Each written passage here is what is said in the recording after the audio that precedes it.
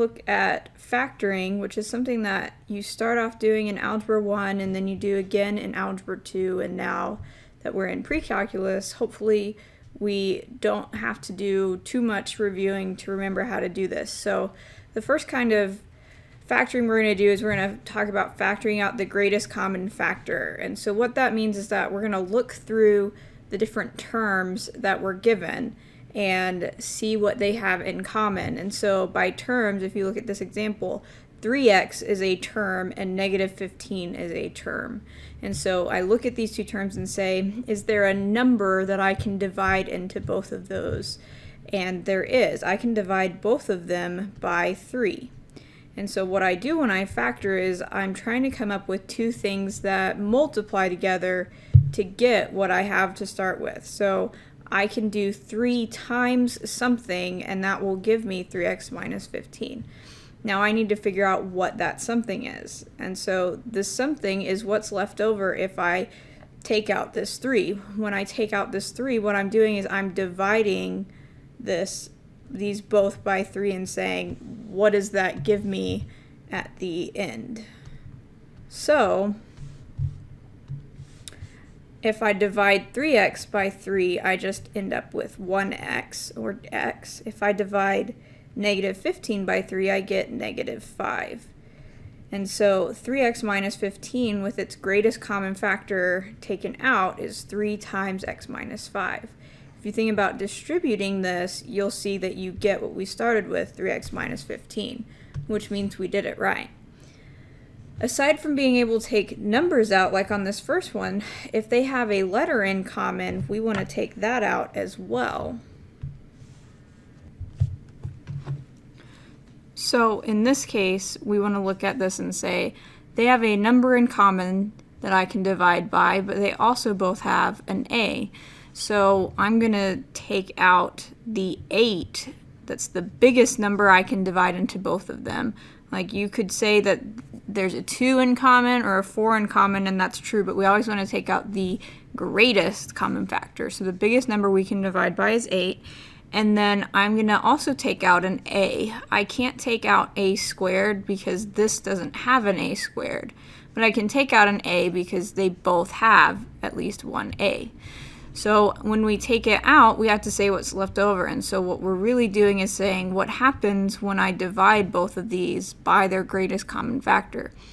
So 16a squared divided by 8a is 2a. We had a squared, we're taking an a out, so that leaves us with a. Plus, if I do 8a divided by 8a, everything cancels, but I'm left with 1. And it's really important that you remember to put that 1 there, because remember our goal is that if I distribute now, I should get back to my original answer. If I don't put this plus 1 here, when I distribute, I won't get the 8a that goes here, and so that means I did it wrong.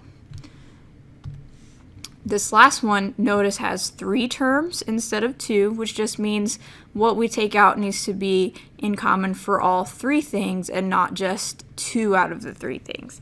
So if I look at my numbers, all of these are multiples of 7. So that means they have a 7 in common I can take out. All of them have an m, and 2 of them only have 1, so I can only take out an m. They all have a p, but one of them only has 1, so I can only take out a single p. And so then what I want to do is think about what I get if I divide all of these by 7mp. That's what's going to be inside my parentheses. So this first one, I'll have a 2. The m's cancel, and I'm left with p. Then negative 35 divided by 7 is negative 5. The m and the p both cancel out. 28 divided by 7 is 4. And then m squared, p squared.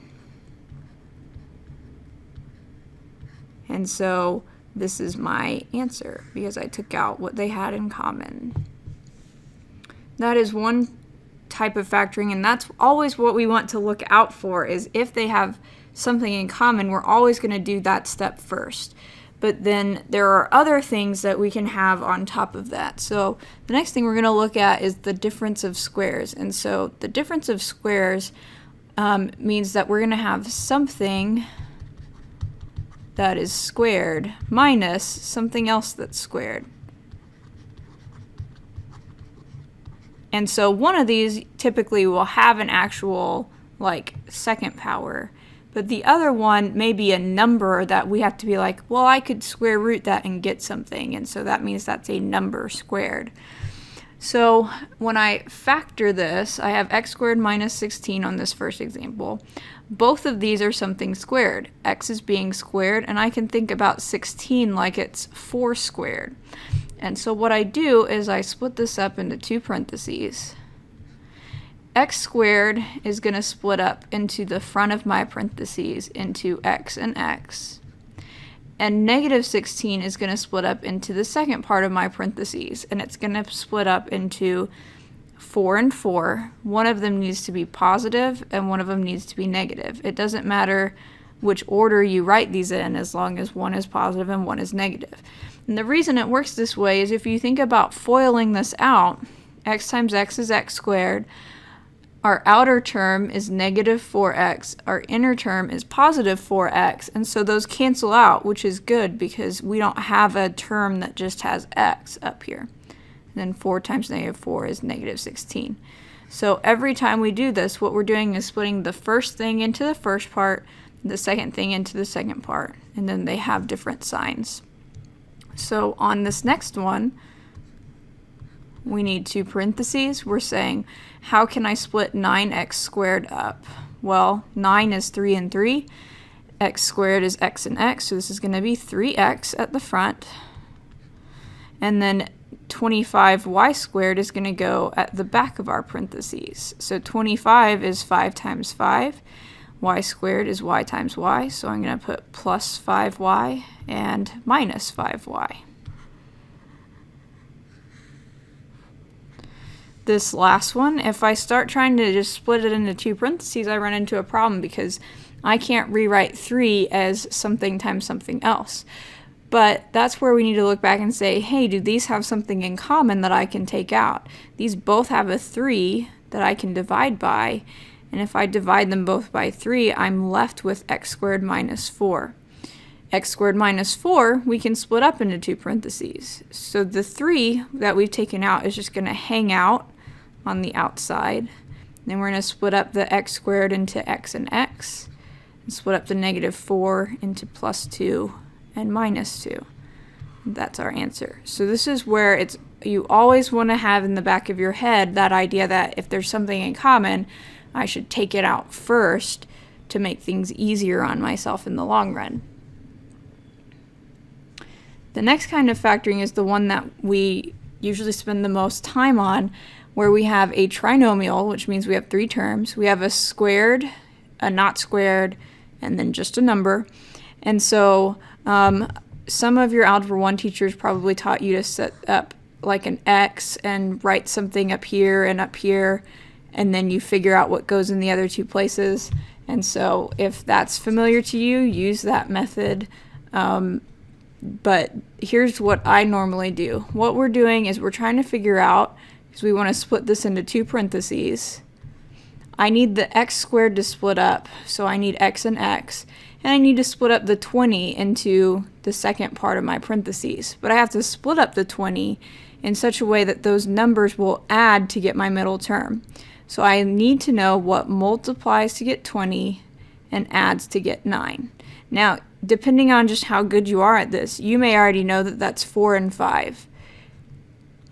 And so if that didn't come to you quickly, what you would want to do is say, what are all the things that multiply to get 20? And even maybe make a list. 1 times 20, 2 times 10, 4 times 5. And hopefully when you get to 4 times 5, you say, oh yeah, well that adds to get 9.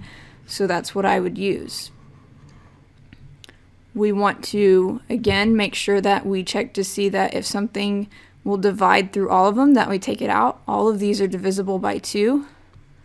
So we're going to take out the 2 first, and then that 2 is going to hang out while I factor what's inside this parentheses. So I'm looking for what multiplies to get negative 3 and adds to get negative 2. So the thing that makes this tricky is that to multiply to get negative 3, I have to either have 1 times a negative 3, or I have to have negative 1 times a positive 3. So which way does this add to give us negative 2? The negative 3 has to be negative 3 because I need it to be negative when I add this together instead of positive. 1 plus a negative 3 is negative 2. This other way, negative 1 plus 3, gives us positive 2. So this is where you have to pay attention to what sign you want in the middle. So this is b plus 1 and b minus 3. You can put those in the opposite order, and that's still the same thing. You just can't have the positive and the negative switched around. Like, I can't put b minus 1 and b plus 3 because that's not right at all. This last one is a little different and is a little bit tricky. We want to first say, well, all of these have a b, so let's take out a b, which if I take a single b out of b to the 5th, that leaves me with 1 less b, which is b to the 4th, minus 7b, that'll turn into squared, plus 10. I took that b away, so it's just plus 10. And so when I factor this, this looks different. We had b squared and we had x squared. What do I do with b to the 4th? If x squared splits to x and x, b to the 4th is going to have to split up into b squared and b squared. And that also makes sense because when I think about what my outer and inner term, if I FOIL, have to be, they have to come together to be b squared. So that's another reason why this has to split up into b squared and b squared. So what I need to do is figure out what multiplies to get 10 that adds to get negative 7. Again, you might already know what that is just from looking at it really quickly, but if you don't, you need to sit and think about all the things that multiply to get positive 10. 1 and 10, 2 and 5, negative 1, negative 10, negative 2, negative 5. Which of those, if I add them together, gives me negative 7, negative 2, and negative 5. So this should be minus 2 and minus 5. So this is my answer.